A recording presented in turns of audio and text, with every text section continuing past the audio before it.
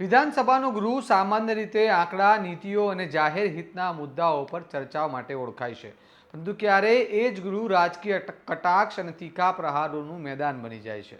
આજે પણ એવું જ દ્રશ્ય જોવા મળ્યું, જ્યારે ચર્ચા દરમિયાન શબ્દોના બાણો છૂટ્યા અને પૂર્વ મંત્રીને કોંગ્રેસના ધારાસભ્યએ જાહેરમાં ટપારી દીધા.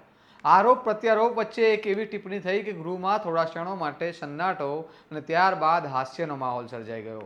આવો વિગતે વાત કરીએ સમગ્ર મામલા વિશે આ અહેવાલમાં.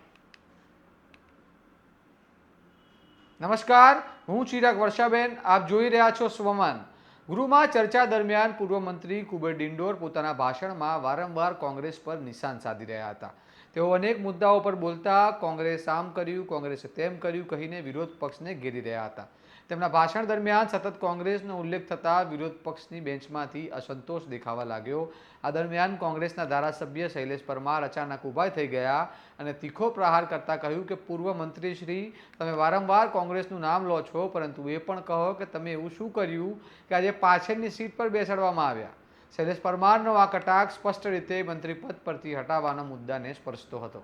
આ નિવેદન સાથે જ ગૃહમાં હાસ્ય અને ગુંજારો જોવા મળ્યો. કેટલાક સભ્યો ટેબલ થપથપાવતા નજરે પડ્યા તો શાસક પક્ષની બેન્ચ પર થોડો સંકોચ જોવા મળ્યો. અધ્યક્ષે તરત જ દખલ કરીને ગૃહને શાંત રહેવાની સૂચના આપી અને ચર્ચાને મૂળ મુદ્દા તરફ વાળવાનો પ્રયત્ન કર્યો.